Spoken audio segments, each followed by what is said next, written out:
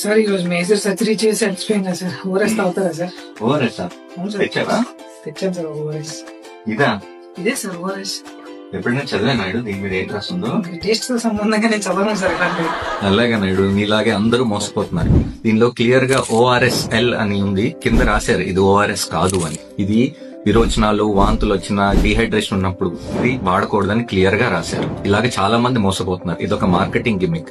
మామూలుగా మన చిన్నప్పుడు దొరికే రస్నా, యాపిల్ జ్యూస్, షుగర్ తో ఉంటాయి చూసా, అలాంటిదే ఇది. దీంట్లో మనకు కావాల్సిన సాల్ట్స్ ఏమీ ఉండవు, మనకు కావాల్సినంత హైడ్రేషన్ కూడా సరిపోతుంది. WHO ఒక మంచి ఫార్ములా ఇచ్చింది, ఎలక్ట్రాల్ ORS ప్యాకెట్స్ అని వస్తాయి. ఇవి మనం నీళ్లలో కలుపుకుని తాగితే వాంతులు ఉన్నప్పుడు, విరోచనాలు ఉన్నప్పుడు, ఎప్పుడైనా సివియర్ గా ఎక్కువగా ఆడి ఎండలో తిరిగినప్పుడు కూడా ఇవి తీసుకుంటే మనకి కావాల్సినంత హైడ్రేషన్, సాల్ట్స్ మళ్ళీ వెనక్కి వస్తాయి.